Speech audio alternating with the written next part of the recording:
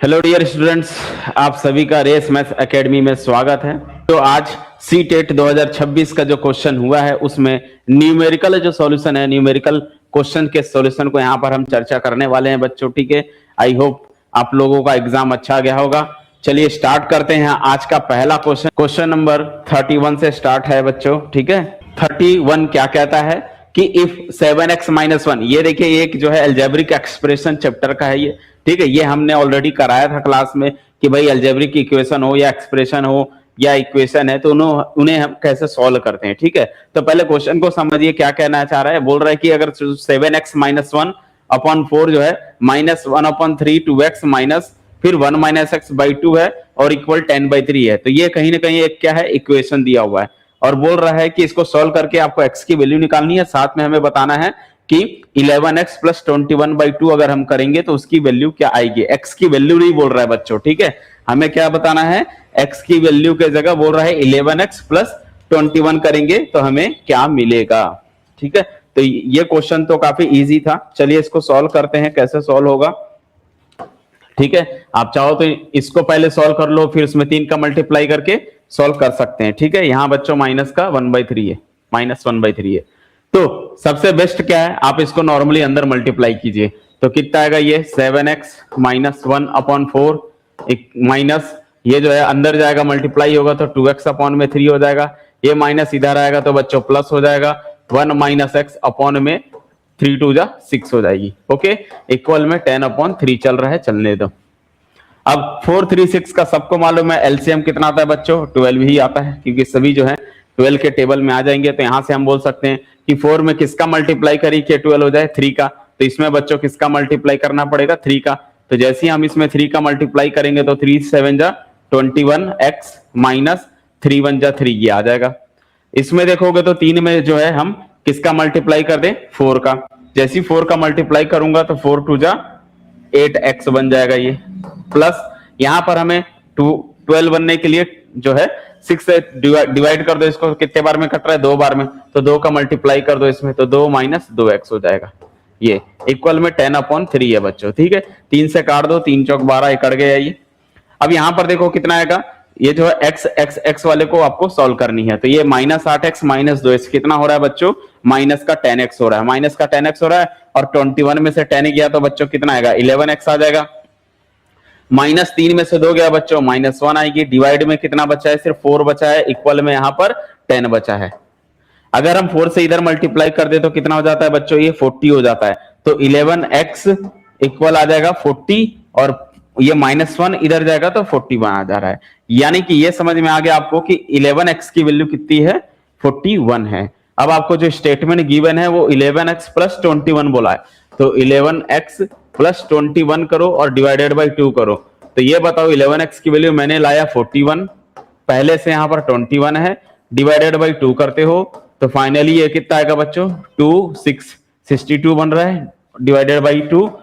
और जब हम इसे डिवाइड करते हैं तो 3 और 1 31 आ रहा है। यानी कि 11x + 21 की वैल्यू जो है बच्चों कितनी आएगी, 31 आएगी। अगर हम ऑप्शन देखें तो कौन सा ऑप्शन करेक्ट है, which one option is correct, option 1 first option जो है बच्चों करेक्ट होता है 31। ठीक है, तो आई होप आप लोगों ने इसको बनाया होगा। ठीक है, चलिए नेक्स्ट क्वेश्चन पर स्टार्ट देखते हैं क्या है क्वेश्चन नंबर 32 बच्चों कि बोल रहा है वन ऑफ द फैक्टर्स, आपको फैक्टर्स बताने हैं और एक आपको एक्सप्रेशन दिया हुआ है 5 × 2x - 4 ये ब्रैकेट में है, प्लस 6 × 4x² + 16y² - 16xy है, माइनस का 6 है। बताना है इसको जब सॉल्व करेंगे तो ये किसी एक का फैक्टर आएगा। ऑप्शन में दिया हुआ है 3x - 6y + 1 है, 3x - 6y - 1 है, 2x - 4y - 3 है, या फिर 4x - 8y + 3 है। ठीक है, इन 4 ऑप्शन में देखते हैं कौन सा करेक्ट होता है। हमें इसका फैक्टर बनाना है। ठीक है, यानी कि इसको सॉल्व करना पड़ेगा। तो आपको थोड़ा सा अगर आप बेसिक आइडिया है, अगर आप प्रैक्टिस किए हो तो आपको ये दिख रहा होगा कि ये कहीं ना कहीं देखिए ये 2x का होल स्क्वायर है, ये 4y का होल स्क्वायर है और ये जो है 2 × 4 × क्या कर दें 4 है ना। तो ये जो है 2 × 4 × 4 करते हैं तो ये जो है 2ab के फॉर्म में बन जाएगा। तो 2ab के हिसाब से बनेगा, तो ये भी कहीं ना कहीं एक फॉर्मूला बनता है। ठीक है, जिसको हम आइडेंटिटी बोलते हैं। तो यहां पर ध्यान से देखें, ये 2x माइनस 4y है प्लस 6। अगर हम इसको ध्यान से देखें तो ये 2x माइनस 4y का होल स्क्वायर है बच्चों, a माइनस बी का होल स्क्वायर। इसका ब्रेक करोगे तो a square plus b square minus 2ab जो होता है, सॉल्व करोगे तो 16xy आ रहा है। और यहां पर क्या लिखा है बच्चों, 6 लिखा है। ओके, अगर हम इसको, ये 2x minus 4y 2x minus 4y दिख रहा है यहां पर, अगर हम 2x माइनस 4y को क्या ले लें, कोई वेरिएबल ले ले, जैसे मैंने यहां पर ले लिया इसको जो है क्या, जेड ले लिया। ठीक है, ये हमने क्या कर लिया बच्चों, इसको सपोज कर लिया कि इसकी वैल्यू जेड है, तो ये पूरा इक्वेशन जेड के फॉर्म में बनेगा और ये एक क्वाड्रेटिक इक्वेशन बन जाता है। क्या बनेगा, 6z स्क्वायर, 6z स्क्वायर और प्लस का 5z और माइनस 6, ये इक्वेशन बनता है, मतलब एक पॉलिनोमियल बनेगा ये। ठीक है, तो क्या बन गया, 6z square plus 5z minus 6। अब इसके फैक्टर कैसे निकालते हैं, तो आपको इसको फैक्टराइज करने के लिए इसको इससे मल्टीप्लाई किया जाता है। तो 6 इंटू 6 कितना हो जाएगा बच्चों, 36। तो ऐसा कौन से दो नंबर है जिनका प्रोडक्ट करने पर आपको 36 मिलता है और ऐड या सब्ट्रैक्ट करने पर 5 आना चाहिए। तो क्या करेंगे, तो 6z स्क्वायर है प्लस 5z है माइनस 6 है, तो इसको मैं लिख सकता हूँ 6z स्क्वायर जो है 9 इंटू 4 करते, देखो 9 इंटू 4 करते हो तो 36 भी आ रहा है और 9 माइनस 4 करते हो तो 5 भी आ जाएगा। तो यहाँ पर जो है हम बोल सकते हैं कि यहाँ पर 9z होना चाहिए और माइनस का 4z होना चाहिए, माइनस 6। तो ये जो है इसका फैक्टराइज हो जाएगा। ठीक है, तो मिडिल टर्म हमने क्या कर दिया, स्प्लिट कर दिया, बीच वाले टर्म जो होते हैं ना उसको हमने ब्रेक कर दिया। अब यहां से क्या कर सकते हैं बच्चों, जो है कॉमन ले सकते हैं। ठीक है, क्या कॉमन दिख रहा है यहाँ पर, 3z कॉमन है, तो यहाँ क्या बचेगा, z, 3 2 जा 6, तो 2z प्लस 3 3 जा 9 पूरा हो गया। माइनस यहां से भी हम 2 को कॉमन ले लेंगे तो 2z और प्लस बन जाएगा 2 3 जा 6। ओके, अब 2z plus 3, 2z plus 3 common है तो 2z प्लस 3 हो गया, बचा क्या यहां से 3z माइनस 2 बना, तो फैक्टराइज हो चुका। अब वापस z की वैल्यू को पुट कर दो, z हमने क्या माना था 2x, हमने z की वैल्यू को क्या कंपोज किया था 2x माइनस 4y। तो जब यहां पर हम z की जगह रख दे वापस से वही इक्वेशन में, तो ये आपका नया बनेगा 2z के जगह आपको रखनी है बच्चों, z के जगह आपको रखना है 2x माइनस 4y। ठीक है, पहले से यहां पर 3 है, फिर नेक्स्ट में आएगा 3 into 2z 2x minus 4y और माइनस 2 है। अब इसको सिंप्लीफाई कर लो और ऑप्शन में चेक करो कि ऐसा कौन सा ऑप्शन मैच कर रहा है। अगर हम इसको अंदर सॉल्व करें तो 2 2 जा 4x माइनस 4 2 जा 8y। ठीक है, और प्लस का 3 ये चलेगा।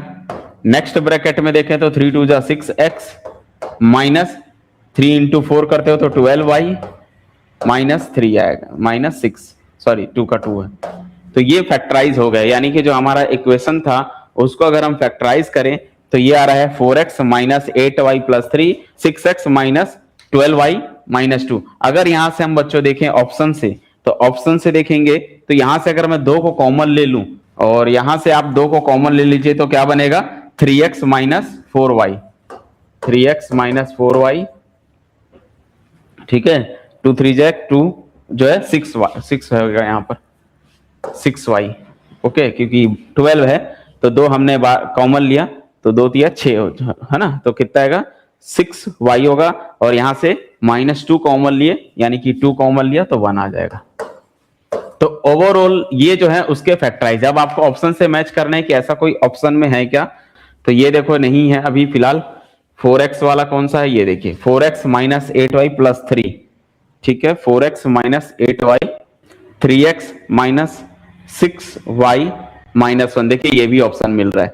यानी कि अगर हम बात करें बच्चों तो इसमें सेकंड ऑप्शन भी और फोर्थ ऑप्शन, 2 ऑप्शन करेक्ट हो रहा है, बट आपको तो कोई एक ही ऑप्शन करेक्ट करना था। तो आई थिंक इसका जो है मिस्टेक है यहाँ पर ऑप्शन में, 32 का ऑप्शन में बच्चों 2 भी आ रहा है, 3x माइनस 6y माइनस 1 भी आ रहा है और 4x माइनस 8y प्लस 3 भी आ रहा है। तो 2 ऑप्शन करेक्ट हैं इसके बच्चों। ठीक है, 2 और 4 क्लियर है।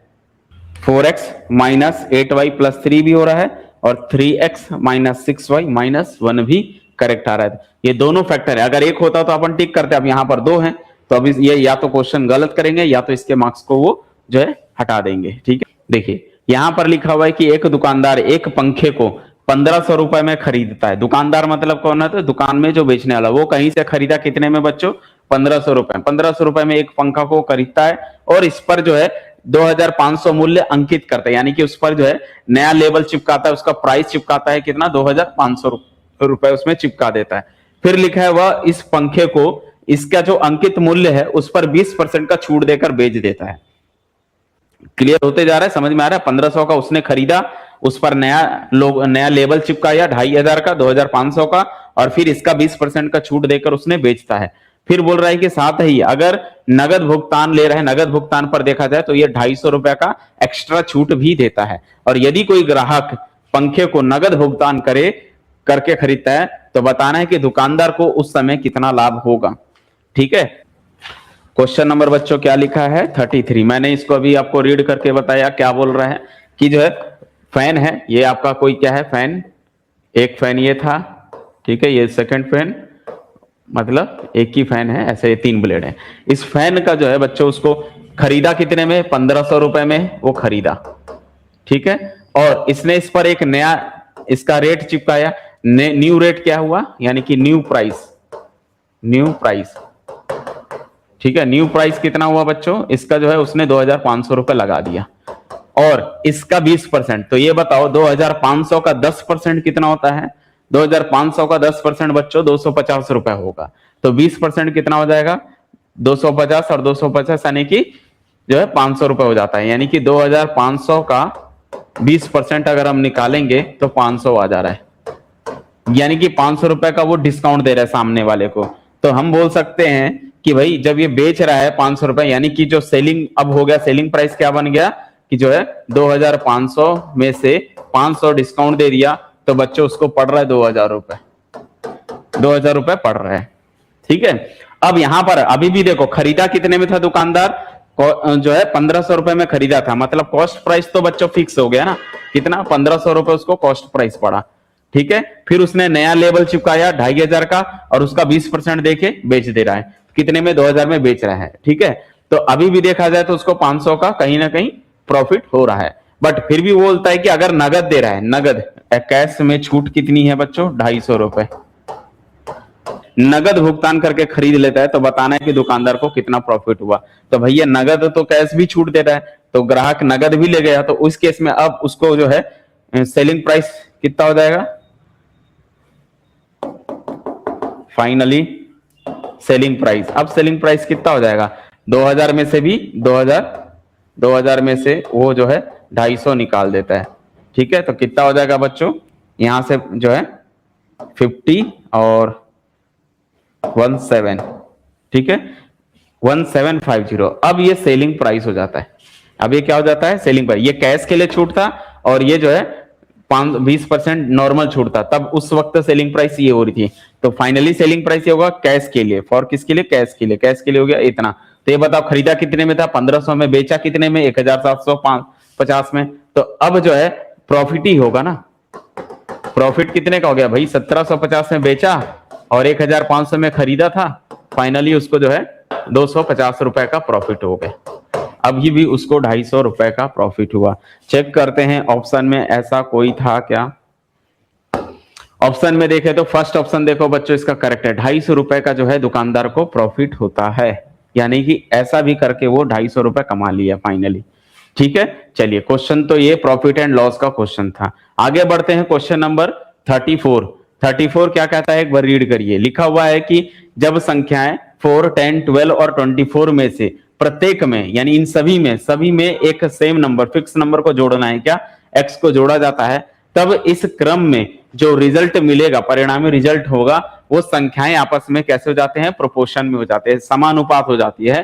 तो बताना है कि 3x + 1 का मान क्या होगा। ऑप्शन दिया है 16, 19, 10, 13। ठीक है, कोई नहीं, क्वेश्चन तो एकदम आसान है। 4, 10, 12, 24 है। 34 का बच्चों सॉल्यूशन देख लो।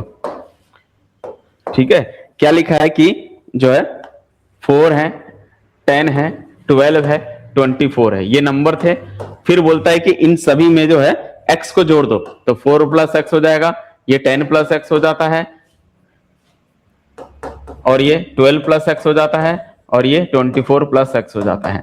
उसके बाद बोलता है भाई जो है ये समान किस में हो जाते हैं, जो है समानुपात हो जाते हैं, जो रिजल्ट बन रहा है वो समानुपात होते हैं, यानी कि 4 प्लस एक्स अपॉन में 10 प्लस एक्स, ये इसकी वैल्यू इक्वल होगी किसके, 12 प्लस एक्स अपॉन में 24 प्लस एक्स, ये आपस में इक्वल होगा। चाहते तो अपन एक और भी ट्रिक है, यहां से आप चाहो तो सबको जो है 2 से भी डिवाइड करके भी कैलकुलेट कर सकते हो, बट कोई नहीं ऐसे भी चलेगा। अब क्रॉस मल्टीप्लाई कर लो और एक्स की वैल्यू निकाल लो। तो जब हम 4 का मल्टीप्लाई इससे करेंगे तो क्या आएगा बच्चों, 4 का मल्टीप्लाई सबसे कर दो तो 4 का 24 से करते तो कितना आएगा 96 प्लस 4 इंटू एक्स करेंगे तो 4x आ जाएगा। फिर x का मल्टीप्लाई करते तो बच्चों 24x आएगा, प्लस x का x से गया तो x स्क्वायर हो जाएगा इक्वल में। अब 12 का 10 से करते तो 120 आएगा, फिर 12 का x के साथ करेंगे तो 12x आएगा, फिर नेक्स्ट x को 10 से करेंगे तो 10x आएगा और प्लस x इंटू एक्स बच्चों x स्क्वायर होगा। तो ये हमें फाइनली रिजल्ट मिलता है और इसको आपको सॉल्व करके x की वैल्यू निकालनी है। तो यहां से हम x स्क्वायर को कैंसिल कर सकते हैं बच्चों, और ये 24 और 4 कितना हो गया, यहाँ से जो है 24 और 4 28x हो गया, ठीक है। और यहां से ये कितना हो रहा है बच्चों 12 और 10 22x हो जा रहा है। ओके, अब 28 में से 22 को घटाते हो तो कितना आएगा 6x आएगा, क्योंकि इक्वल है तो यहां से जो है माइनस करेंगे तो 6x आएगा फाइनली, ठीक है। तो हमें जो x की वैल्यू मिलेगी वो 6x मिल जाएगी। और नंबर में क्या है, तो नंबर में बच्चों यहाँ से 96 है और यहाँ पर 120 है, तो 120 में से 96 गया तो यहाँ से 4 और वहां से 100 मतलब 20, तो 24 124 आया, मतलब फाइनली 24 आ रहा है। समझ पा रहे हो, 120 में से 96 अगर हम माइनस करेंगे तो हमें जो है कितना मिलेगा 24 मिल रहा है। 6 से कैंसिल कर दो, 6 चौक 24, तो x की वैल्यू मिल गई बच्चों 4। उसके बाद हमें जो फाइंड करना था वो बोला था कि 3x प्लस 1 की वैल्यू बताइए कितनी है। तो 3 इंटू 4 प्लस 1, 4 3 12 और 1 13 मिलेगा 13। और ऑप्शन से बात करें बच्चों कौन सा ऑप्शन करेक्ट होता है, ऑप्शन नंबर 4, फोर्थ जो है करेक्ट हो जाता है, ठीक है। तो ये क्वेश्चन काफी इजी था, जो क्लास में लगभग बताया गया है सेम वैसे ही पैटर्न के क्वेश्चन भी आए हैं भाई। ये सब जो है हमने क्लास में ऑलरेडी किया है इस टाइप के क्वेश्चन को। चलिए यहां पर अगर हम बात करें तो नेक्स्ट क्वेश्चन नंबर 35 क्या कहता है बच्चों, क्वेश्चन नंबर 35 कहता है कि इफ 3x माइनस 30 डिग्री और 2x प्लस 20 डिग्री, ये जो है क्या सप्लीमेंट्री एंगल होता है। सप्लीमेंट्री एंगल और कॉम्प्लीमेंट्री एंगल हमने आपको ऑलरेडी पढ़ाया है, ठीक है। सप्लीमेंट्री का मतलब होता है दो एंगल है जिनको ऐड करने पर कितना आता है 180 आता है। तो हमें बताना है 2x माइनस 4 की वैल्यू कितनी होती है। तो चलिए क्वेश्चन नंबर 35 को सॉल्व करते हैं। 35 का सॉल्यूशन बच्चों, ठीक है, समझिएगा। क्वेश्चन बोला है कि 3x माइनस 30 डिग्री और एक नया एंगल है वो बोला है कि 2x प्लस 20 डिग्री। ये जो एंगल है ये आपस में सप्लीमेंट्री का मतलब होता है कि दोनों का सम 180 डिग्री आएगा। ओके, अब ऐड कर लो 3 और 2 कितना होता है बच्चों 5x, और 30 में से 20 गया माइनस 10 बराबर 180, तो ये हो गया 5x बराबर 190, 10 उधर जाएगा ऐड हो जाएगा। अब x से भाग कर लो, इसको 5 से भाग करते हो तो है जो कितना आएगा 5 तिया 15, 4 बचा 5 अट्ठे 40, 38, x की वैल्यू मिल गई 38 डिग्री। और x की वैल्यू आने के बाद वो बोला 2x माइनस 4 की वैल्यू बताइए, 2x माइनस 4 डिग्री। तो भैया 2 इंटू बस आपको 38 करना था और माइनस 4 करना है। तो 2 इंटू 38 जब आप करोगे तब आपको ये कितना मिलेगा 8 दूनी 16 और 3 दूनी 6 और 1 7, 76 माइनस 4 करते हैं बच्चों 72 और राइट आंसर आता है। तो मतलब 2x माइनस 4 डिग्री की जो वैल्यू है वो 72 आएगी। आई होप आप लोगों को समझ में आ गया होगा। तो काफी सिंपल क्वेश्चन थे, मैथ्स के जो न्यूमेरिकल प्रॉब्लम थे वो था सीजी टेट के कंपैरिजन में ये बच्चों इजी था मैथ्स का क्वेश्चन, ठीक है। चलिए आगे बढ़ते हैं, क्वेश्चन नंबर 36 को सॉल्व करते हैं। अब 36 क्या है पहले इस क्वेश्चन को रीड करते हैं। यहाँ पर लिखा हुआ है कि किसी त्रिभुज एक ट्रायंगल है PQR के कोण P और Q क्रमशः 30 डिग्री एंड 50 डिग्री है। कि एक त्रिभुज है PQR और उसका जो कोण P है, एंगल P है वो कितना है 30 डिग्री है और एंगल Q कितना है 50 डिग्री है। फिर बोलता है कि यदि कोण P और Q के समद्विभाजक, ये समद्विभाजक क्या होता है कि एंगल को बाइसेक्ट करेगा आधे आधे में, ठीक है। तो एंगल पी और क्यू के जो बाइसेक्ट करके जो आगे निकलेंगे वो बिंदु ओ पर बोल रहा है मिलते हैं। तो हमें बताना है कि 2 times of angle P O Q minus 10 degree की वैल्यू क्या होगी। ठीक है, तो ये था क्वेश्चन नंबर 36 और इसका सॉल्यूशन देखते हैं क्या है, कैसे होगा। तो सबसे पहले हम एक ट्रायंगल बनाएंगे।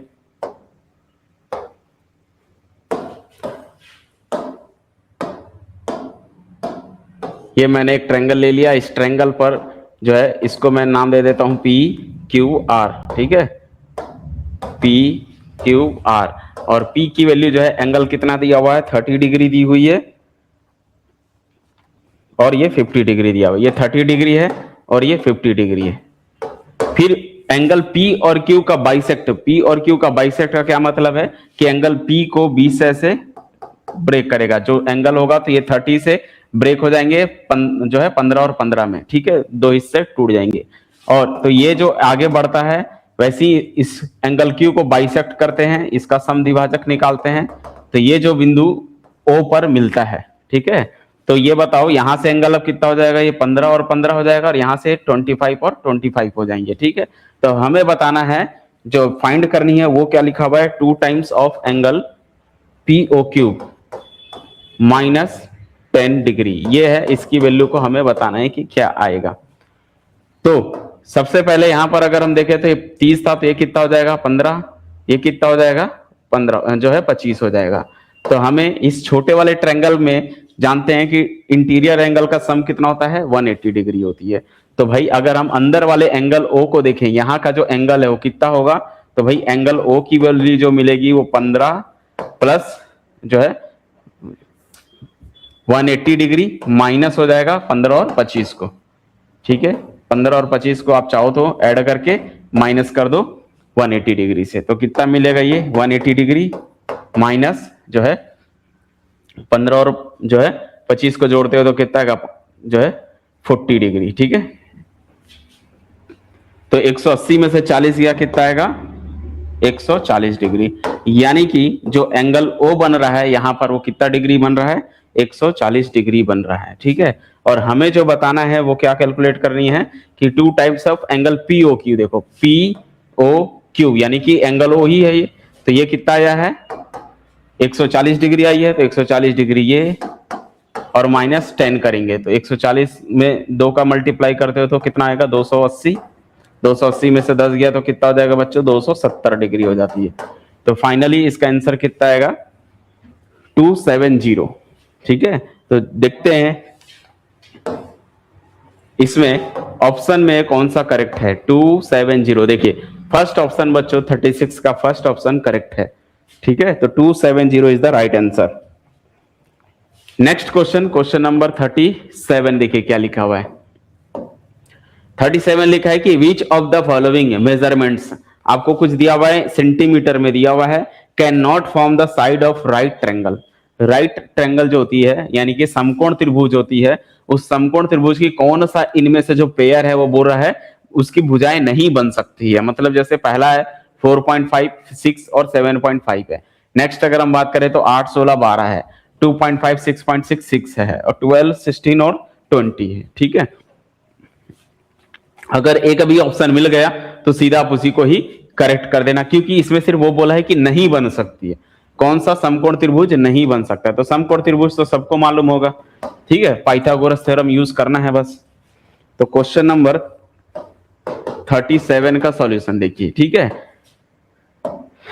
37 में पाइथागोरस क्या होता है, राइट ट्रायंगल की वैल्यू क्या होती है भाई, अगर ये A है, ये B है, ये C है, ये सबसे बड़ा साइड होता है, दो छोटे छोटे साइड होते हैं, और C का जो आएगा आंसर वो A का स्क्वायर और B का स्क्वायर का सम है, और दोनों का सम करके उसका स्क्वायर जो है C स्क्वायर के इक्वल आना चाहिए। ये है पाइथागोरस थ्योरम, बस इसी का ही अप्लाई करना है आपको। तो जो छोटे छोटे पहले सरल सरल हैं उनको ट्राई करके देखो, अगर एक ऑप्शन मिल गया डायरेक्टली तो आप उन्हें हटा दो, है ना, उसी को ही टिक करना है। जैसे यहां पर अगर हम बात करें तो ये 4.5, चाहो तो आप इसको 4.5 को 45/10 लिख सकते हो, इसको 6 लिख सकते हो, इसको 75/10 लिख सकते हो, ऐसा करके भी आप सॉल्व कर सकते हो। बट सबसे पहले मैं जो है अगर पूरे ऑप्शन में देखूं तो सबसे छोटा ये दिख रहा है 8, 16, 12 दिख रहा है, बाकी सब 12, 16, 20 है, ये पॉइंट में है। तो पहले इनको ट्राई करके देख लो आप, इसमें ये है कि नहीं है। तो छोटे छोटे दो साइड कौन है बच्चों 8 और 12 है, और उनका वर्ग किसके इक्वल आना चाहिए, 16 के। तो चेक करते हैं, जो है ए को मैंने ले लिया 8, 8 का स्क्वायर करूंगा तो कितना आएगा 64। बी को मैंने ले लिया बच्चों 12, और 12 का स्क्वायर कितना होगा, यहाँ पर जो है यहां से हमें मिल गया ए स्क्वायर की वैल्यू 64, बी स्क्वायर की वैल्यू मिल गई 144, दोनों का सम 4 4 8 और 6 4 10, 208। 208 बच्चों सी का नहीं है, सी कितना है उसमें अकॉर्डिंग टू ऑप्शन के हिसाब से देखे तो बच्चों कितना है, देखो 16 दिया हुआ है, 208 तो नहीं आएगा। 16 का स्क्वायर कितना होता है, जब आप 16 का स्क्वायर करते हो तो 256 आएगा। ये कुछ कुछ चीजें आपको याद रखनी चाहिए। तो सी का स्क्वायर कितना होना चाहिए, 256 आना चाहिए। ये कितना आया, 208 आया। इसका मतलब ये जो है पाइथागोरस ट्रिपलेट नहीं है, ठीक है। कौन, तो हम बोल सकते हैं कि ये जो है हमें नहीं मिलेगा, नॉट साइड। कौन सी साइड नहीं होगी, not side of right angle.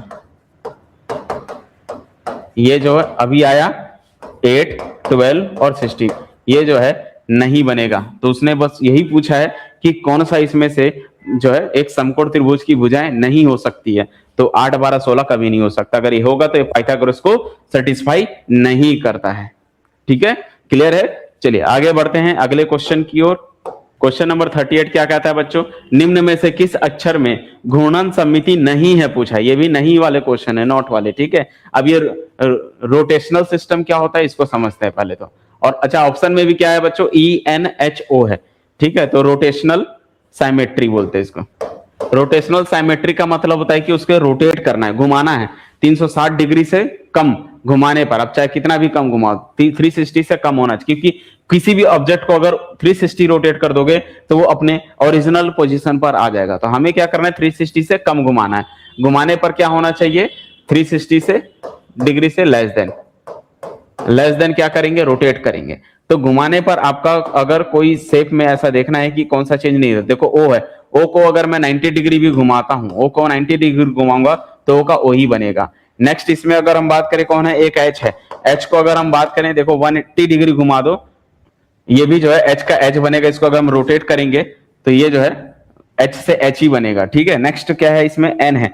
N को भी अगर हम 180 डिग्री रोटेट कर दें तो एन ही बनेगा। लेकिन ई को अगर हम रोटेट करते हैं, ई को अगर 180 डिग्री रोटेट करूंगा तो ये शेप ऐसा बदल जाएगा, ठीक है। तो कहीं ना कहीं ई चेंज हो रहा है, तो हम बोल सकते हैं कि इसमें किस अक्षर में जो है, कौन से लेटर में जो है रोटेशनल साइमेट्रिक नहीं लगेगा, तो किसमें, ई में।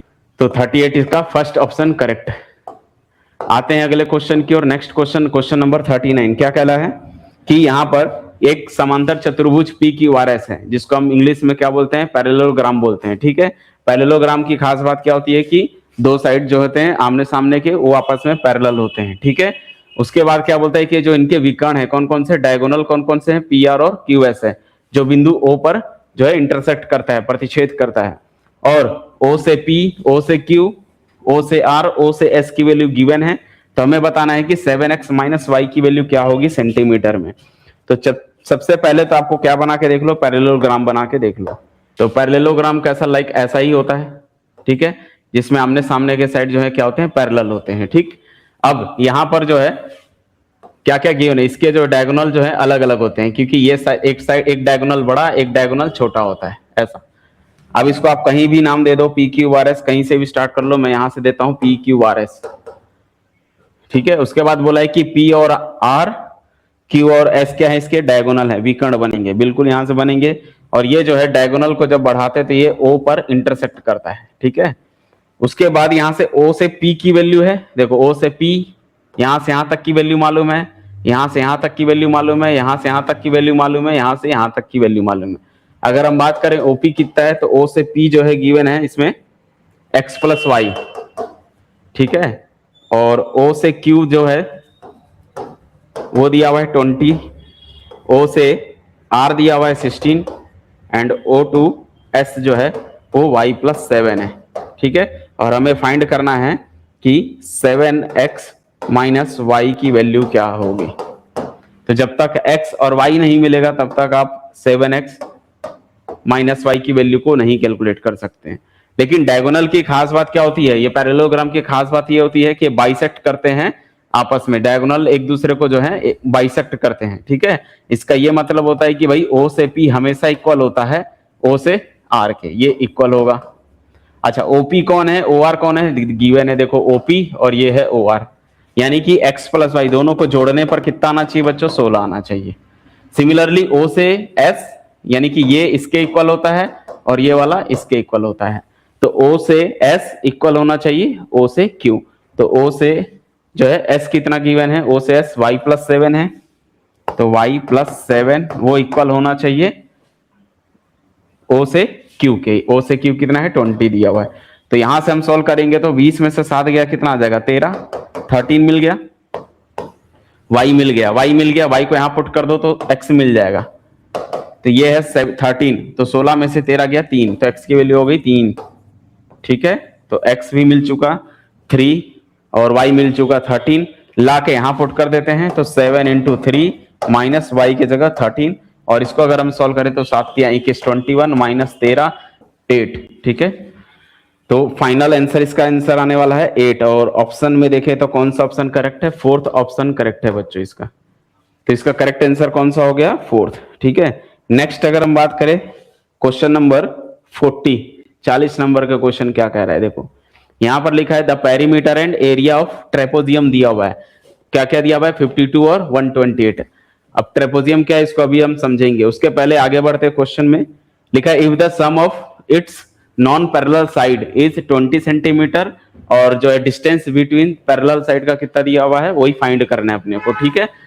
तो सबसे पहले हम ट्रेपोजियम बनाएंगे, समलंब चतुर्भुज बोलते हैं इसको, ठीक है। तो ये है आपका ट्रेपोजियम, इसको ट्रेपोजियम बोलते हैं बच्चों। इसमें क्या होता है, एक साइड एक पेयर होता है जो पैरेलल साइड होते हैं और एक पेयर होता है जो नॉन पैरेलल साइड होते हैं, ठीक है। तो ये पैरेलल साइड है, अगर हम इसको A बोलते हैं तो इसको क्या बोलते हैं B बोलते हैं, और इनके बीच का जो ये डिस्टेंस है इसी को ही H बोलते हैं। दो पैरेलल साइड के बीच में जो गैप होता है उसको हम H बोलते हैं।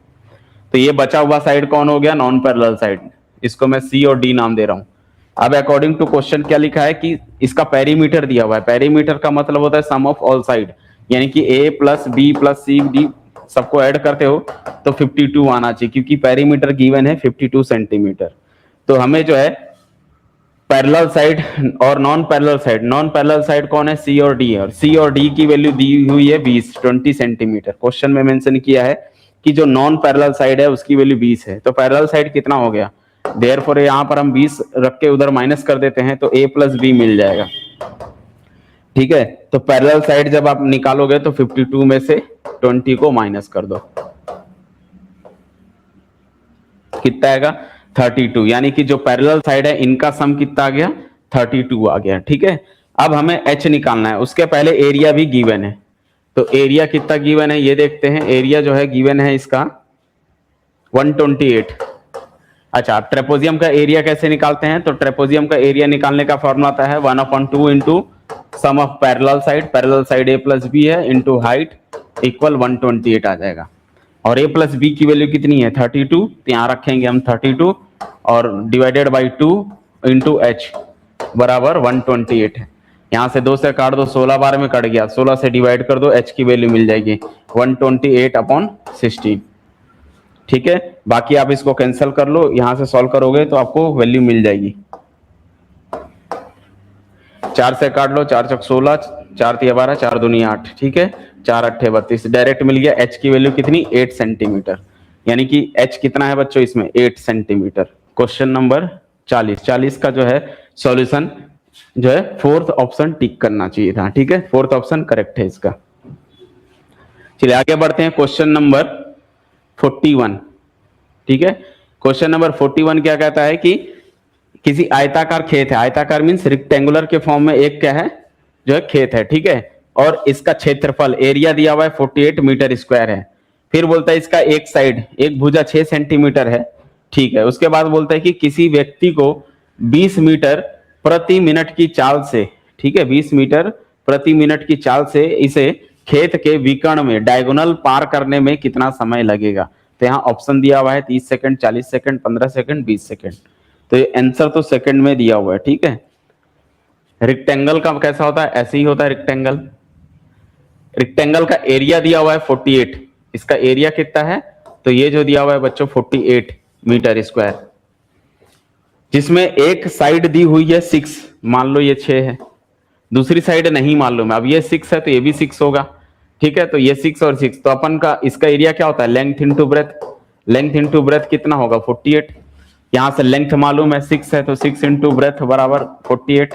यहाँ से बी मिल जाएगा, चौड़ाई इसकी मिल जाएगी 48/6 करते हो, 6 8 48 मिल जाता है। तो बच्चों बी मिल गया, ब्रेथ मिल गया इसका 8 मीटर।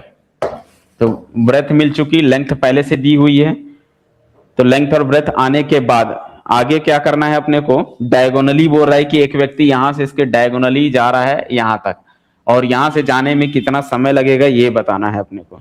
तो यहां पर क्यों ना पाइथागोरस यूज करके डायगोनल की लेंथ निकाल लें, ठीक है। तो ये एक समकोण त्रिभुज बन जाता है। अब ये 6 है, ये 8 है, तो ये कितना होगा, पाइथागोरस यूज कर लो। तो यहां से हम बोल सकते हैं, इसका नाम दे देते हैं ए बी सी डी। तो जो बी से डी होगा, बी से डी की वैल्यू कितनी होगी, तो 6 का स्क्वायर प्लस 8 का स्क्वायर, ये हो गया 36 प्लस 64, और ये हो गया 100।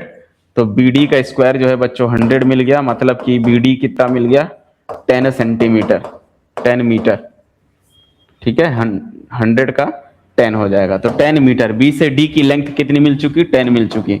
अब वो यहां से यहां तक जा रहा है, इसको जाने में इसकी स्पीड दी हुई है, तो स्पीड का फॉर्मूला लगाएंगे। स्पीड बराबर क्या होता है, डिस्टेंस अपॉन टाइम। स्पीड बराबर डिस्टेंस अपॉन टाइम, यहां से हम टाइम निकाल लेंगे। टाइम बराबर होता है डिस्टेंस अपॉन स्पीड, और डिस्टेंस कितना है 10 मीटर है, स्पीड कितनी है 20 मीटर है। मीटर पर लिखा है 20, मीटर प्रति मिनट दिया हुआ है, ठीक है। ये जो आएगा आंसर वो मिनट में आएगा, कितना आएगा बच्चों 1/2, 1/2 मतलब 0.5, ठीक है, या 1/2 ही रहने दो, ये मीटर में है, ठीक है। टाइम जो है ये किस में, मिनट में है, बट जो ऑप्शन दिया हुआ वो सारे सेकंड में है। किस में दिया हुआ है, सेकंड में। तो सेकंड ऑप्शन को कैसे करेंगे, मिनट को सेकंड में जाने के लिए क्या करते हैं, 60 से मल्टीप्लाई कर दो, ये 60 सेकंड में हो जाएगा। तो कन्वर्ट करने पर यहाँ पर जो है 60 से मल्टीप्लाई किया, फिर 2 से भाग करोगे तो 30 सेकंड हो जाएगा। यानी कि डायगोनली उसको जाने में कितना समय लगेगा, सेकंड में 30 सेकंड, 30 सेकंड इसका राइट आंसर आएगा। इसका करेक्ट है बच्चों 41 का कौन सा, फर्स्ट जो है 30 सेकंड, ठीक है। तो ये भी इजी क्वेश्चन थे, बस यहाँ पर थोड़ा मिनट से समय जो है सेकंड में कन्वर्ट करना था लास्ट। यहां पर फिर नेक्स्ट क्वेश्चन, क्वेश्चन नंबर 42 को देखते हैं क्या लिखा है। क्वेश्चन नंबर 42 लिखा हुआ है कि भुजाएं जो है 8 सेंटीमीटर, 6 सेंटीमीटर और 10 सेंटीमीटर वाले 3 भुजाओं को के ठोस घनों को पिघलाकर, ठीक है, आपको एक अकेला ठोस बनाना है, ठीक है। तो फिर इस प्रकार बने गए घन की भुजाएं बताना है क्या होगी, ठीक। तो क्वेश्चन में क्या एक्चुअली बोल रहा है, घन मतलब क्या होता है, एक घन में सारे साइड कैसे होते हैं, सेम होते हैं, ठीक है। लेंथ ब्रेथ और हाइट सब सेम होती है, और घन का वॉल्यूम कितना होता है, एक क्यूब होता है, ठीक है। तो चलिए 8 6 10 वाले 3 ठो क्यूब ले लेते हैं। पहले तो क्वेश्चन को समझते हैं। ये है क्वेश्चन नंबर 42 का सॉल्यूशन। तो 3 ठो छोटे छोटे क्यूब हैं बोलता है, ठीक है। ऐसे एक क्यूब है, ये इसके ये जो है 8 सेंटीमीटर वाला एक क्यूब है, यानी कि ए की वैल्यू इसमें 8 सेंटीमीटर है। वैसे एक और थोड़ा सा इससे बड़ा क्यूब लेना है, और इसका जो है लेंथ जो है एक साइड कितना दिया हुआ है 6 सेंटीमीटर वाला, तो इसमें जो है ए जो है 6 सेंटीमीटर वाला है। वैसे ही एक और क्यूब है जो थोड़ा इससे और बड़ा है, ठीक है। और क्यूब में क्या होती है, ऑल साइड इक्वली होती है, और यहाँ पर इसकी साइड जो है 10 सेंटीमीटर दिया हुआ है। तो ऐसे छोटे छोटे 3 क्यूब हैं बोल दिया है, कोई मेटल का बना हुआ है, फिर इसे पिघलाकर एक ही बनाना है आपको, ठीक है। जब हम इसे पिघलाएंगे तो जो नया बनेगा, तो तीनों का वॉल्यूम, इसका वॉल्यूम और उसका वॉल्यूम सेम ही होगा, क्योंकि इसको गलाकर ही एक नया बना रहे हो। तो हम फाइनली हम बोल सकते हैं कि जो बनेगा उसका वॉल्यूम कितना होगा, ए क्यूब, और वो कौन होगा, इसका ए का क्यूब प्लस, यानी कि 8 का क्यूब प्लस 6 का क्यूब प्लस 10 का क्यूब, ये तीनों का जो वॉल्यूम है, तीनों के वॉल्यूम का सम, वो बड़े वाला जो एक ही ठोक बनेगा उसके वॉल्यूम के इक्वल होगा, ठीक है। अब आपको इसको या तो सॉल्व कर लो, 8 का क्यूब निकाल लो, 6 का क्यूब निकाल लो, और जो है 8 6 और 10 है, तो ये एक ये वाला 6 होगा, और इसको 8 ले लेते हैं, ठीक है। ऐसा एक छोटा एक बड़ा। तो यहां पर हम सबका इसका सम निकालना है, तो या तो अलग अलग कैलकुलेट कर लो क्यूब निकाल के, और या तो आप यहीं से कैलकुलेट कर सकते हो, इजी तरीका बनाना है तो इसको 2 का क्यूब इंटू 3 का क्यूब लिख सकते हो, इसको लिख सकते हो 2 का क्यूब इंटू 4 का क्यूब, ठीक है, इसको लिख सकते हैं 2 इंटू 5 यानी कि 2 का क्यूब 5 का क्यूब के इक्वल होगा। सम में देखो 2 का क्यूब क्या है, कॉमन है, तो जब हम यहां से 2 का क्यूब को कॉमन कर दें तब क्या बनेगा, 3 का क्यूब, 4 का क्यूब, 5 का क्यूब। अब 3 का क्यूब क्या होता है, 27 होता है, 4 का क्यूब जो है 64 होता है, 4 का क्यूब, और 5 का क्यूब जो है 125 हो जाता है, ठीक है। अब नॉर्मल इस सबको मल्टीप्लाई कर लो, ठीक है, तो क्या मिलने वाला है, यहां से कैपिटल ए क्यूब की वैल्यू जो आएगी, ये बड़े वाला जो क्यूब एक तो गला के जो पिघला रहे उसका वॉल्यूम निकलेगा, ठीक है, तो वो जो बनने वाला है 2 का क्यूब है, और इनटू में यहां पर जब सबको ऐड करेंगे, किसको किसको ऐड करना है, यहां पर 27, 27, 64 और 125 को जब हम ऐड करेंगे तो ये जो बनने वाला है कितना आएगा, 216 बन रहा है, ठीक है, कितना है 216 आ रहा है, और 2 का क्यूब और 216 जो है किसका होता है, 6 का क्यूब होता है, ठीक है। फाइनली यहां से क्यूब क्यूब कटेगा तो ए मिल गया, जो साइड मिल गई, जो बड़ा वाला मिलेगा उसका साइड कितना हो गया 2 इंटू 6, और 2 इंटू 6 मतलब 12 जो है, अब ये मीटर में है या सेंटीमीटर में देख लो, ये जो वैल्यू है किस में दिया हुआ है, सेंटीमीटर में है, तो 12 सेंटीमीटर होना चाहिए। तो जो बड़ा वाला क्यूब बनेगा उसकी जो साइड होगी वो 12 सेंटीमीटर होगी, ठीक है। चलिए देखते हैं इसका ऑप्शन कौन सा मैच करता है, बी ऑप्शन, सेकंड ऑप्शन इसका करेक्ट है, 12 सेंटीमीटर, देखो ये लिखा है, ठीक है। आगे बढ़ते हैं अगले क्वेश्चन की ओर, क्वेश्चन नंबर 43, ठीक है, लिखा है कि यहां पर the mean of the median and mode of the observation, कुछ ऑब्जर्वेशन दिया हुआ है, इसका मीन और मोड निकालना है, उसका एवरेज निकालना है। तो क्वेश्चन सिंपल है, लिखा है कुछ श्रेणी में दिया हुआ है, 30 है, 61 है, 55 है, 56 है, 60 है, 20 है, 26 है, 45 है, 28 है, 56, इसका माध्य और बहुलक निकाल के उसका माध्य निकालना है। तो आपको क्या करना है, सबसे पहले तो जो डेटा है वो लिख लो, कौन कौन से डेटा है। क्वेश्चन नंबर ये चल रहा है 43 का सॉल्यूशन। तो जब भी आपको जब सिंगल डेटा दिया रहता है तो इसको हम क्या करते हैं, सबसे पहले रीअरेंज करते हैं, किसमें, असेंडिंग ऑर्डर या डिसेंडिंग ऑर्डर में, किसी भी एक ऑर्डर में लिखना जरूरी है, तभी आप मीडियन, मोड या मीन निकाल सकते हो। इसमें सबसे छोटा जो नंबर है वो 20 है, 20 है, ठीक है, 20 एक नंबर है, और 28 देखा जाए तो फिर इसके बाद जो है 26 भी है, 28 भी है। नेक्स्ट नंबर अगर हम बात करें 28 के बाद 30 दिया हुआ है, ठीक है, और 30 के बाद सीधा जो है इसमें 45 दिया हुआ है, 45, और 45 के बाद सीधा इसमें मिलेगा आपको 55 है, और ये असेंडिंग ऑर्डर में लिखते जा रहा हूं मैं, 55 के बाद 56 दो बार है, 56, 56, और 56 के बाद सीधा 60 और 61, 60 और 61। टोटल अगर देखें कि इन्हें काउंट करें कितने हैं तो 1 2 3 4 5 6 7 8 9 10, टोटल जो है हमारे पास 10 डेटा है, ठीक है। अब इसमें सबसे पहले मोड निकाल लो, मोड निकालना काफी आसान है, मोड को हम क्या बोलते हैं, जो सबसे ज्यादा बार आया रहता है। तो यहाँ पर अगर हम देखें तो 56 दो बार आया है, तो मोड तो 56 हो गया, जो सबसे ज्यादा बार आता है वही क्या होता है, मोड होता है। तो मोड जो है दो बार आया है, इसमें सबसे ज्यादा बार दो बार कौन आया, 56, तो मोड कौन हो गया 56। फिर इसका क्या निकालना है, मीडियन निकालना है, और मीडियन कैसे निकालते हैं, जब भी इवन होता है तो हम फॉर्मूला क्या लगाते हैं, n/2, फिर n/2 टर्म, और फिर n/2 प्लस 1 टर्म, और पूरे के डिवाइड में 2 करते हैं, क्योंकि मीन यहाँ पर ऑब्जर्वेशन जो है आपका कैसा है, कितने टोटल इवन है, ठीक है। ऐसे भी निकाल सकते हो, और अगर हम यहाँ से देखें तो 1 2 3 4 यहाँ से छोड़ दे, और यहाँ से 1 2 3 4 छोड़ दे, तो बीच में जो है 45 और 55 आता है, दो नंबर आते हैं। तो इनका क्या निकाल लो, यही दो ठो क्या है हमारे बीच में आ रहे हैं, तो इन दो नंबर का क्या निकालना है, मीडियन निकालना है। तो इन मीडियन इनके बीच में कौन है वो बताता है, तो 45 और 55 के बीच में कौन है तो वो निकालना है। तो आपको क्या निकालना है, सिंपली 45 और 55 को जोड़ के 2 से भाग निकाल लो, एग्जैक्ट बीच में मिल जाएगा कौन है। तो 45 और 55 को जब आप जोड़ते हो तो ये जो है आपको 100 मिलेगा, ठीक है, 5 इधर दिया, 50 50 100, 100/2, 100/2 मतलब 50 आ गया, यानी कि इसके बीच में एग्जैक्टली बीच में कौन है, 50 बैठा है। तो मीडियन भी मिल चुका, मोड भी मिल चुका, दोनों का अब निकालना है एवरेज, यानी कि मीडियन और मोड दोनों का एवरेज निकालेंगे। तो 50 और 56 है ना, तो अब जो है माध्य निकालेंगे 50 और 56 का, और इसका माध्य भी निकालना, मतलब दो ही है, दो को दो से भाग करोगे तो आपको जो है इसका एवरेज मिल जाएगा। तो कितना आएगा 6 और 5 5 10, 106/2, और 106/2 मतलब कि 53 इसका राइट आंसर आएगा। ठीक है, देखते हैं ऐसा कोई ऑप्शन में है, ऑप्शन नंबर 4 इसका करेक्ट होगा। ठीक है, तो 53 इसका राइट आंसर है, जो कि हमारा ऑप्शन नंबर 4 में मैच कर रहा है। आगे बढ़ते हैं अगले क्वेश्चन की ओर। नेक्स्ट क्वेश्चन, क्वेश्चन नंबर 44, ये जो है प्रोबेबिलिटी का क्वेश्चन है। लिखा है कि जो है एक अच्छी तरह से फेंटी गई ताश की गड्डी है, एक ताश की गड्डी है, ठीक है, जो पैकेट ऑफ क्या बोलते हैं, प्लेइंग कार्ड्स बोलते हैं, और उसमें से बोल रहा है निकाले गए कार्ड में से एक 10 या एक लाल बादशाह, यानी कि जो है 10 हो या फिर रेड किंग हो, इसकी क्या प्रोबेबिलिटी होगी। बट बीच में यहाँ पर और लिखा है 10 या रेड किंग होना चाहिए, तो आपको 10 देखना है। 10 टोटल कितने होते हैं, वैसे तो इसमें कितने होते हैं, किसी भी एक कार्ड में जो है 10 जो है आपको 4 बार मिलेगा। ठीक है, क्योंकि पेयर बनता है।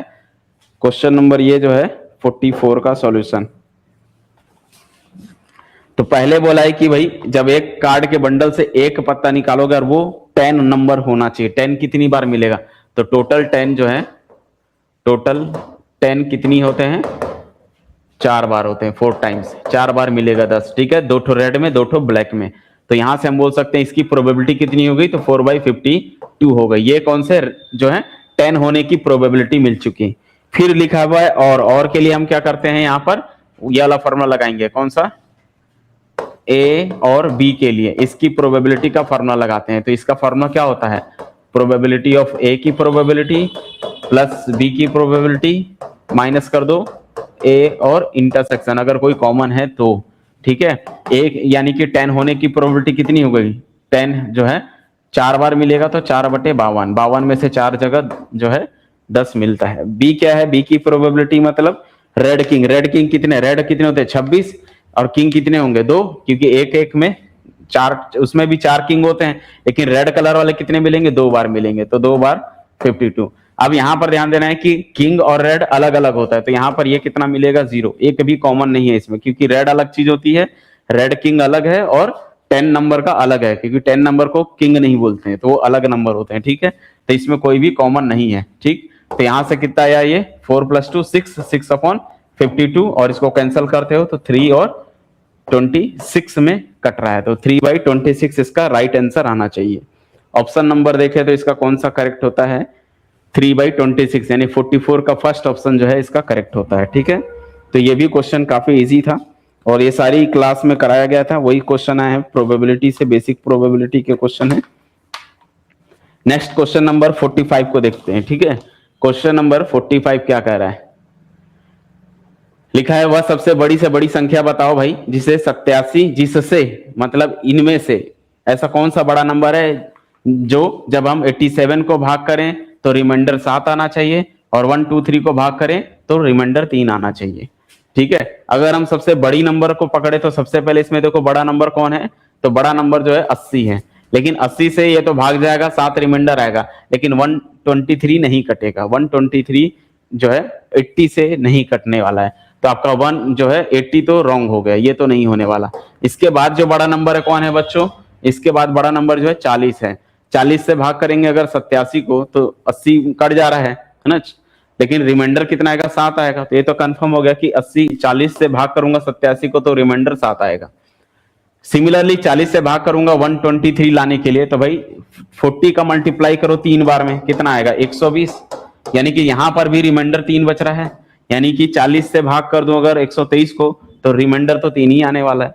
तो सबसे बड़ा नंबर इनमें से, आप बड़ा नंबर तो यही है ना 40, तो आपको कौन सा ऑप्शन टिक करना चाहिए, इसको तो ऐसे ही बना सकते थे, तो इसका आंसर कौन सा करेक्ट हो गया, फर्स्ट ऑप्शन करेक्ट है। 40 ही एक ऐसा बड़ा नंबर है जिसे 87 और 123 को भाग दिया जाए तो रिमाइंडर 7 और 3 आएगा, तो ऑप्शन फर्स्ट इसका करेक्ट होता है 45 का। ठीक है, चलिए आगे बढ़ते हैं अगले क्वेश्चन की ओर। नेक्स्ट क्वेश्चन क्या कहता है, द वैल्यू ऑफ 0.4 के ऊपर बार है प्लस 0.6 के ऊपर बार है, उसका आंसर क्या आएगा, ऑप्शन दिया हुआ है कुछ, और 0.4 बार प्लस 0.6 बार का शॉर्टकट ट्रिक क्या है, मैंने सिखाया था कि 0.4 के ऊपर बार प्लस 0.6 के ऊपर किसी भी एक नंबर के ऊपर का बार का क्या मतलब होता है कि 4/9 लिख दो, सीधा सीधा, ज्यादा तामझाम करने की जरूरत नहीं है। बार का मतलब होता है 4.0.4444 चल रहा है, ठीक है। तो इसका ट्रिक क्या है, 4/9 लिखनी है, और 6 के ऊपर बार का मतलब 6/9 लिखना है। टोटल कर लो कितना आएगा, 6 4 10/9 हो गया। इसको भाग कर लो तो 1 एंड 1/9 आ रहा है। इसका राइट आंसर कौन सा होना चाहिए, 1 रिमाइंडर आएगा, 9 से भाग करेंगे तो 1 एंड 1/9 आना चाहिए। देखते हैं इसका आंसर कौन सा इसमें मिलता है, मैच करते हैं। 9, ये फोर्थ ऑप्शन इसका भी करेक्ट होता है, ठीक है। तो ऐसे क्वेश्चन को बनाए जा सकते थे इजी तरीके से, इसमें समय नहीं लगता है, 1 मिनट के अंदर ये क्वेश्चन बन सकता था, ठीक है। आगे बढ़ते हैं अगले क्वेश्चन की ओर। Question number 47। यहाँ पर कुछ नंबर दिया हुआ है, देखो 4/7, 9/16, 1 एंड 2/7, 3/5। इनमें से बोल रहा है कि बड़ी संख्या और छोटी संख्याओं का अंतर बताना है। तो आपको पहले बड़ी छांटनी पड़ेगी कौन है और छोटा छांटना पड़ेगा कौन है, ठीक है। तो पहले इन नंबर को लिख लो और कुछ रिलेशन निकाल के देखो। ऐसे क्वेश्चन को पूरा सॉल्व करने की जरूरत नहीं है। लिखा है क्वेश्चन में 4/7 है, 9/16 है, और जो नेक्स्ट क्वेश्चन है 1 एंड 2/7 लिखा हुआ है, और एक जो है 3/5 लिखा हुआ है। इनमें अपने को सबसे बड़ा और सबसे छोटा दोनों का डिफरेंस यानी कि घटाएंगे तो आंसर कितना मिलेगा ये बताना है। तो अगर मैं इसको देखूं तो ये तो 4/7 है, ये 9/16 है, ठीक है, और 7 एकम 7 2 9, 9/7 हो गया, और ये 3/5 है। अगर मैं सबसे बड़ा नंबर बोलूं कौन है, तो भाई फ्रैक्शन को देखो, ये ऊपर वाला क्या है, बड़ा, इससे छोटा है नीचे, ठीक है। यहाँ पर भी देखो ऊपर वाला क्या है, नीचे वाले से छोटा है। तो ये जो है सब पॉइंट में आने वाले, पॉइंट में आएगा। लेकिन ये एक ऐसा नंबर है, देखो 7, 9/7, इसको जब आप भाग करोगे तो 1 पॉइंट समथिंग कुछ आने वाला है। तो सबसे बड़ा नंबर मिल गया, कौन है, 9/7। ओके, तो बड़ी संख्या कौन हो गई, बड़ी संख्या हो गई 9/7, ये मिल गया। अब आपको सबसे छोटी संख्या चाहिए, छोटी संख्या कौन होगी, तो कोई नहीं, छोटी संख्या को समझते हैं कौन है। अब छोटी संख्या को जानने के लिए क्या कर सकते हैं, 3 बज गए नंबर, 4/7 और 9/16 और 3/5। इनमें जो है आपको देखना है कि सबसे छोटा कौन है। तो यहां पर बचा कौन सा, ये तो देखो 4/7 से तो बड़ा था 9/7। अगर मैं इसमें और इसमें रिलेशन देखूं, किसमें, 9/16 और 3/5 में, इसमें देख सकते हो, या तो आप इसमें देख लो 9/16 और 4/7 में देख सकते हो। क्योंकि देखो ये 4/7 है और ये 9/7 है, ये तो कंफर्म है ना, इससे ये छोटा ही है, क्योंकि ऊपर का नंबर 9 है, ये 7 है, यहाँ पर 4 है, यहाँ 7 है। तो ये जो है 9 क्या है, बड़ा नंबर है, तो इससे तो ये बड़ा है, मतलब छोटा कौन है, 4/7 है। तो 4/7 और 9/16 का रेशियो निकाल के देख सकते हो आप चाहो तो। अब ये कैसे निकालेंगे, तो भाई बेस को सेम कर लो। बेस सेम कब बनेगा, दोनों का जब मल्टीप्लाई करते हैं तब बनता है। तो एक काम कर सकते हो, क्रॉस मल्टीप्लाई कर लो सीधा सीधा। 4/7 और 9/16 का अगर हम क्रॉस मल्टीप्लाई करें तो नीचे जो है कितना आएगा, 6 × 7 करते तो 42, कैरी 4, 4 प्लस जो है 7, ये जो है 112 आएगा, ठीक है। और ऊपर में करेंगे तो क्रॉस मल्टीप्लाई करेंगे तो कितना आएगा, 16 4, 16 × 4 करते हो तो, ठीक है, 64, और 9 × 7 करेंगे तो 63, कितना रहे, 63। मतलब ये वाला, इसको अगर मैं बैलेंस करूंगा बेस में सेम सेम कर करके, तो यहाँ पर 16 का मल्टीप्लाई होगा, तो ये जो बनने वाला है 64 अपॉन कितना आएगा, 112। और यहाँ पर अगर मैं 7 से मल्टीप्लाई करूं तो 63 अपॉन 112 आएगा। तो हम बोल सकते हैं कि इन दोनों में कौन छोटा है, तो यहाँ समझ में आ रहा है ये वाला छोटा नंबर है, और ये छोटा मतलब कौन है, 9/16। तो 9/16 जो है क्या है, छोटा नंबर है। तो हम बोल सकते हैं कि सबसे स्मॉलेस्ट नंबर कौन सा हो जाएगा, 9/16। अब आपको बस इसका डिफरेंस निकालने बोला था, तो डिफरेंस निकाल लो भाई। तो डिफरेंस जब निकालेंगे 9/7 माइनस 9/16, ठीक है, और 9/7 माइनस, जब आप इसको माइनस करते हो तो कितना आएगा, ये वैल्यू जो है एलसीएम लोगे तो 7 × का मल्टीप्लाई कर लो तो 112 ही आने वाला है। 16 का गुणा 9 से कर लो तो 6 × 54, 4 5 और 5 बचेगा कैरी, 9 5 14, 144 माइनस 9 7 63। तो 144 में से 63 जब आप माइनस करते हो तो 81 अपॉन 112। तो कौन सा ऑप्शन करेक्ट हो गया बच्चों, फोर्थ ऑप्शन करेक्ट है। ये कौन से नंबर का था, क्वेश्चन नंबर 47 था, ठीक है। चलिए आगे बढ़ते हैं क्वेश्चन नंबर 48 की। अब 48 क्या कहता है एक बार रीड करते हैं। तो सिंपल क्वेश्चन थे वैसे। क्वेश्चन नंबर 48 बच्चों क्या कहता है, लिखा है कि किसी संख्या के वर्ग की इकाई का अंक उस संख्या के इकाई अंक से 2 अधिक है। अब क्वेश्चन को कई लोग समझ में नहीं आता है भाई बोल क्या रहा है। क्वेश्चन में बोला है कि हमें एक संख्या लेनी है और उसका इकाई अंक का स्क्वायर करना है, और जो पहले जो संख्या थी वो दोनों बोल रहा है कि रिलेशन दिया भाई इकाई इकाई अंक क्या है 2 से अधिक है बोलता है। तो हमें बताना है निम्न से कौन सा इकाई का अंक नहीं हो सकता है बोला है। जैसे ये क्वेश्चन ये कहना चाह रहा है एक्चुअली में कि कोई भी एक संख्या उठा लो, अब वो 1 डिजिट का भी हो सकता है, 2 डिजिट का भी हो सकता है, 3 डिजिट का भी हो सकता है। जैसे एग्जांपल अगर मैं बोला 14 ले लिया, ठीक है, अब 14 का स्क्वायर करना है फिर 196, ठीक है, 14 का स्क्वायर कितना होता है 196 होता है। तो इसका इकाई अंक कौन है 4, इसका इकाई अंक 4 कितना है 6 है। दोनों में देखो डिफरेंस, ये 4 है ये 6, 2 अधिक है कि नहीं है, ये बोलना चाह रहा है। कैसे हम कोई भी एक रैंडम नंबर उठाएं तो इसका इकाई अंक, यही लिखा है किसी संख्या के वर्ग का इकाई अंक उस संख्या के इकाई अंक से 2 अधिक है, तो ये तो हो गया। तो सबसे पहले तो आप ये देख सकते हो कि किसी भी संख्या का अगर हम वर्ग करते हैं तो कौन कौन से पॉसिबिलिटीज है मिलने की।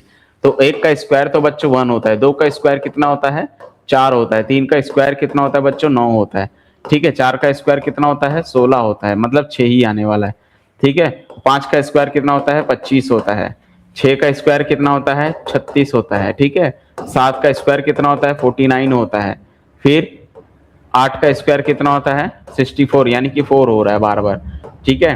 और 9 का स्क्वायर कितना होता है बच्चों 9 निया 81 होता है। तो अगर हम यूनिट प्लेस में देखें तो यूनिट प्लेस में क्या क्या आ रहा है, पहले ये देखो यूनिट प्लेस कौन कौन आ रहे हैं।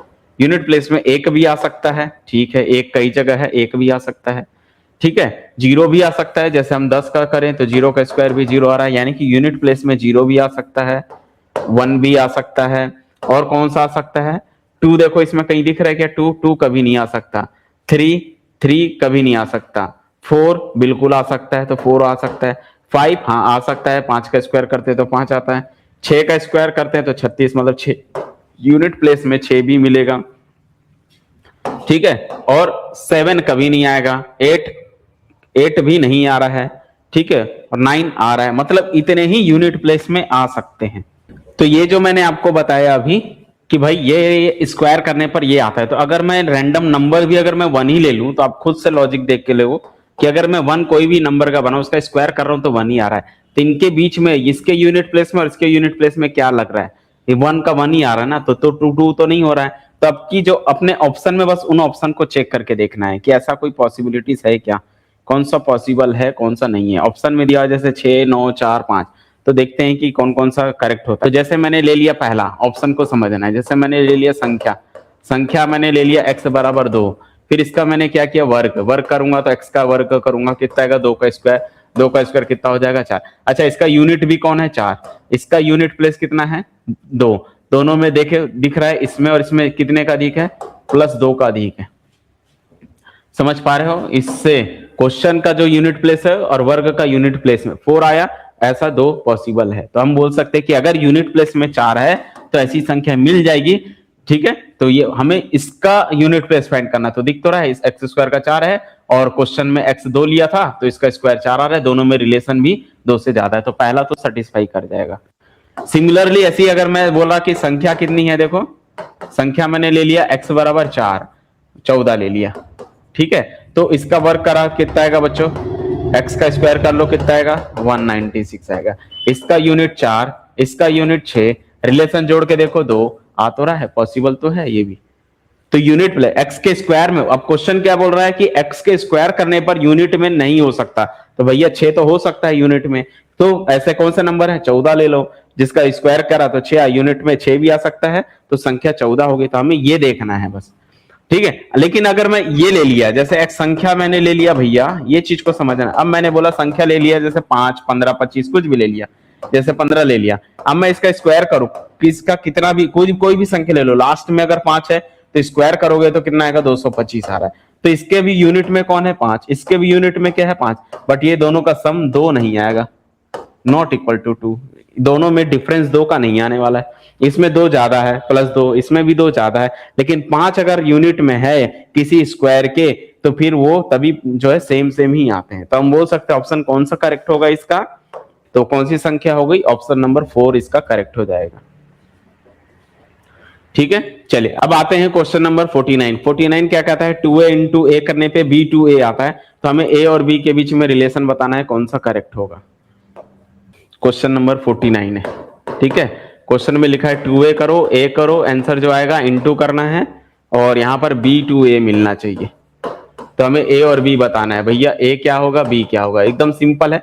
अब यहाँ तीनों में सेम पॉसिबल कब होता है, जैसे 1 1 1 1 इंटू 1 करने पे भी 1 ही आता है ना, तो इसको तो अपन ऐसे ही प्रूव कर सकते हैं, इसको जरूरत भी नहीं है, जैसे दिमाग लगाओ, जैसे 21 और यहाँ पर अगर 2 1 है तो यहाँ पर भी 1 होना चाहिए, 1 इंटू 1 1 आ रहा है, लेकिन यहाँ 2 नहीं आएगा क्योंकि देखो 2 1 जा 2 आ तो रहा है, लेकिन फिर b नहीं मिलने वाला, यहाँ कुछ नहीं मिलेगा, तो यहाँ कोई नंबर होना चाहिए, तो ये तो पॉसिबल नहीं है। ठीक है, तो यहाँ कुछ नहीं का मतलब पॉसिबल नहीं है। अगर मैं 2 5 ले लिया, यहाँ 5, तो भैया 2 5 इंटू 5 करूंगा तो 25 ही आ रहा है, और कैरी में 2 आ जाएगा, 5 2 नहीं 10 2 12 आ रहा है, देखो यहाँ पर 2 भी आ रहा है, तो ये मिल गया कौन, b की वैल्यू 1। तो हम बोल सकते हैं b की वैल्यू 1 होगी, a को 5 ले लो, हमारा काम बन जाएगा। तो a का मान 5, b का मान 1 होना चाहिए, तभी आंसर b2a के फॉर्म में आएगी। ऑप्शन नंबर 2 जो है इसका करेक्ट होता है। चलिए आगे बढ़ते हैं, क्वेश्चन नंबर 50। यहाँ पर रिलेशन क्या दिया, देखो a माइनस बी दिया है 11/5 है, a और b का इंटू 3/4 है, हमें बताना है a प्लस बी की वैल्यू क्या होगी। सो सिंपल, क्यों, क्योंकि आप लोग ये शुरू से पढ़ते आ रहे हो, मैथ्स वाले बच्चे हो, तो ये चीजें तो आप फॉर्मूला जानते ही हो कि भैया हम तो जानते हैं कि a माइनस बी का होल स्क्वायर, अगर इसको ब्रेक करते हो तो a प्लस बी का होल स्क्वायर और -4ab के बराबर आता है कि नहीं आता है। देखो इसको ब्रेक करते हो तो a square b square plus 2ab में से -4ab माइनस करोगे तो -2ab आएगा, वो कहीं ना कहीं a माइनस बी का होल स्क्वायर का फॉर्मूला है। ठीक है, अब क्वेश्चन में क्या मेंशन किया है कि a माइनस बी की वैल्यू है 11/5, a प्लस बी फाइंड करना है, और -4 इंटू ए बी की वैल्यू दी हुई है 3/4 है, तो यहां से 4 4 कट जाएगा, -3 इधर आएगा, प्लस हो जाएगा, ये 100 कितना हो गया है 121/5 का 25, और ये -3 इधर आएगा, +3 हो जाएगा, इक्वल में a प्लस बी का होल स्क्वायर चलते रहेगा। 25 दिया 75 होता है बच्चों, तो 121 + 75 कर लो डिवाइडेड बाई 25, ये बनने वाला है a प्लस बी का होल स्क्वायर। अगर हम इसको ऐड करते हैं तो कितना आएगा बताओ, 5 + 1 ये जो है 6 हो जा रहा है, 7 + 2 9 हो जा रहा है, और 196/25। अब बच्चों ये बताओ 196 किसका होता है, आपको मालूम होगा 14 का स्क्वायर है, ये 5 का स्क्वायर है, तो हम बोल सकते हैं a प्लस बी कितना आ गया, 14/5 मिल गया। a प्लस बी की वैल्यू 14/5, बट ऑप्शन में इसको जो है मिक्स फ्रैक्शन के फॉर्म में बताया है, तो 5 दूनी 10, ठीक है, प्लस 5 दूनी 10 और 10 4 14/5, 2 एंड जो है 4/5, ये ऑप्शन करेक्ट आता है इसका। ठीक है, 5 दूनी 10 4 14/5, तो कौन सा करेक्ट आंसर आ रहा है, ऑप्शन नंबर 4 जो है बच्चों क्या है, करेक्ट होता है। ठीक है, चलिए आई होप आप लोगों ने एंजॉय किया होगा मैथ्स के क्वेश्चन के साथ। चलिए मिलते हैं अगली क्लास में, और साथ में ये भी बताने जा रहा हूं आप लोगों को कि जो नई क्लास चालू होने वाली है बच्चों, अब जो है लेक्चरर की तैयारी करो। ठीक है, अब लेक्चरर की क्लासेस चालू होने वाली जल्द ही, 1 से 2 दिन में जल्द से जल्द क्लासेस स्टार्ट हो जाएगी बच्चों। छत्तीसगढ़ में जो है शिक्षक की भर्ती आने वाली है, तो आप लोग अभी से अगर तैयारी में भिड़ोगे तभी होगा, क्योंकि कंपटीशन तो ओवरऑल बहुत ज्यादा होगा। जैसे आज आप लोगों ने एग्जाम दिया होगा तो उसको भी आपने एनालिसिस किया होगा कि कहीं ना कहीं जो है सीजी टेट के कंपैरिजन में सी टेट के में ज्यादा बच्चे बैठते हैं, तो भैया इसमें कंपैरिजन भी वैसे ही ज्यादा होगा। तो वैसे ही अभी जो भर्ती आने वाली है उसमें 5000 की बात किया है, तो उसमें जो है बच्चों कई लाखों के बच्चों में वहां बैठे होंगे। ठीक है, एग्जाम होगा, लाखों की तादाद में आपका कंपटीशन होगा, तो आपको क्या है तैयारी में भिड़ना है, बिना तैयारी के नहीं होने वाला है, ये मान के चलिए। तो आपको अगर आप लेक्चरर व्याख्याता की तैयारी कर रहे हो तो मेरी सलाह तो यही है कि आप सबसे पहले अभी से वीडियो तैयारी करने के लिए, ठीक है, तो आपके पास 2 से 3 महीना का टारगेट आप पकड़ सकते हो कि 2 से 3 महीने में हमें लेक्चरर के जो सिलेबस हैं उनको फिनिश करना है। मिलते हैं अगली क्लास में नए टॉपिक्स के साथ, तब तक के लिए जय हिंद एंड बाय बाय।